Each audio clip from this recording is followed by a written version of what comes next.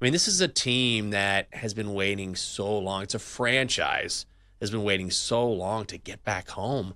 And I feel like because of that, they're just going to come out completely amped up. And I know the Blue Jays brought in Shane Bieber specifically for this circumstance, right? Playoff baseball. You're a veteran. You know how to get it done. And he's been fine. But I really think the Mariners are the play here. I think it's tough for me to trust Shane Bieber because I trusted him last time around.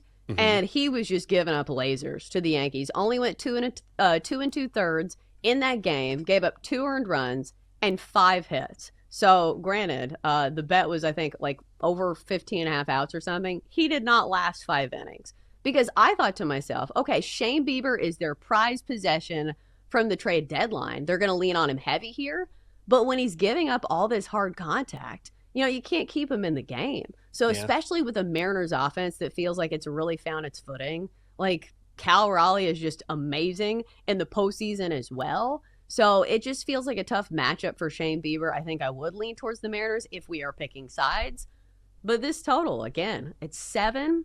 Would you lean one direction or the other? Like 7 makes me nervous. 8 is normally the number that I like to play. 7, don't know about that. You could look at a first 5 total. Have you investigated any of these totals?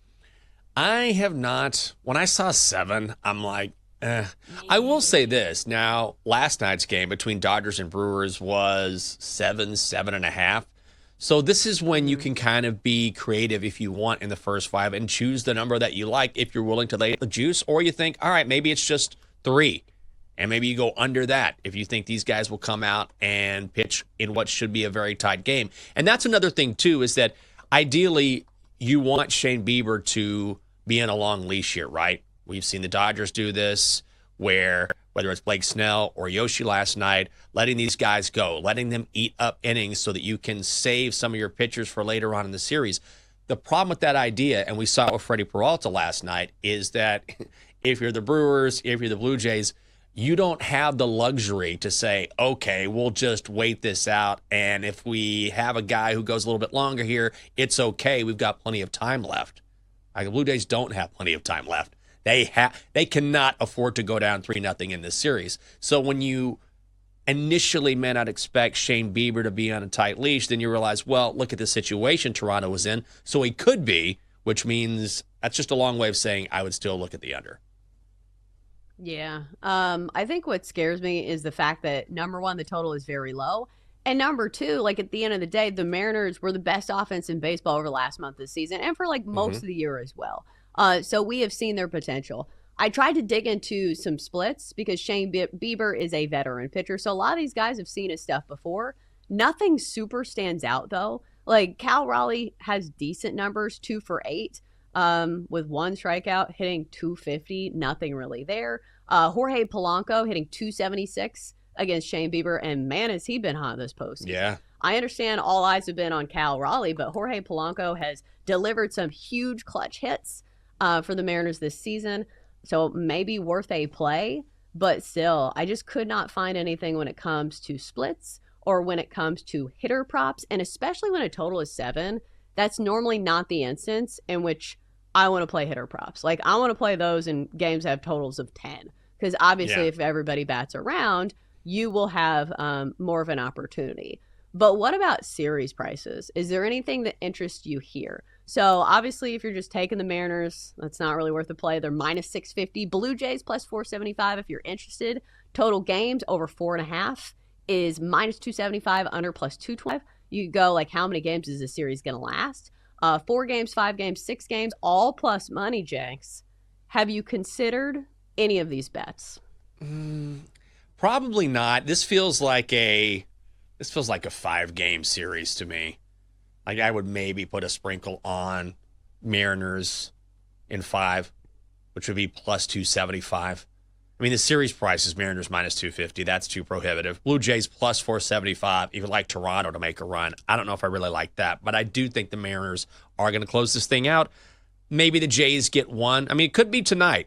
So I don't want to place a bet on the Mariners tonight, but also hope that the Blue Jays get one. If they get one, I think it'll be tomorrow, but also we don't know who the starter's going to be. So that's something you kind of have to roll the dice with. You know what I mean? Tonight, you know who you're getting. Tomorrow, I don't know. Yeah, it would make sense for like Seattle to play better at home, like which they did during the regular season. But I will say maybe this goes into the total and the fact that this is very much a pitcher-friendly park. And I feel like I just thought of this and I need to check it. The weather in Seattle is not always great. Like even in the summer, they kind of get cold weather. So right now it's 43 degrees. And so sometimes this can go into unders because remember the Rogers Center in Toronto, that is indoors. So that's obviously more prone to hitting conditions because it's climate controlled. But when you're talking about temperatures that can dip into like the 50s, like that usually lends itself to an under as well. Yeah, and that's something to look at that I sometimes forget, especially if there's a game at like Wrigley or something like that, the wind can be blowing in. But if you take a pitcher's park like the Mariners have, and then you add the weather into it, that's probably the reason why this is juiced to the under. It's minus 120 with the total set at 7, but that probably explains it. And look, let's be honest, playoff games are tighter, and you've got two really good starters on the hill, so everything points towards the under. Again, it's also 7 runs. Right. Well, if you're wondering why that matters, it's just because it's harder to make hard contact when the ball is cold. It just doesn't travel as far. So keep that in mind with some of these October venues. Like, obviously, it's not going to be a thing in LA because their weather is typically pretty amazing all year round, but definitely something to consider in Seattle.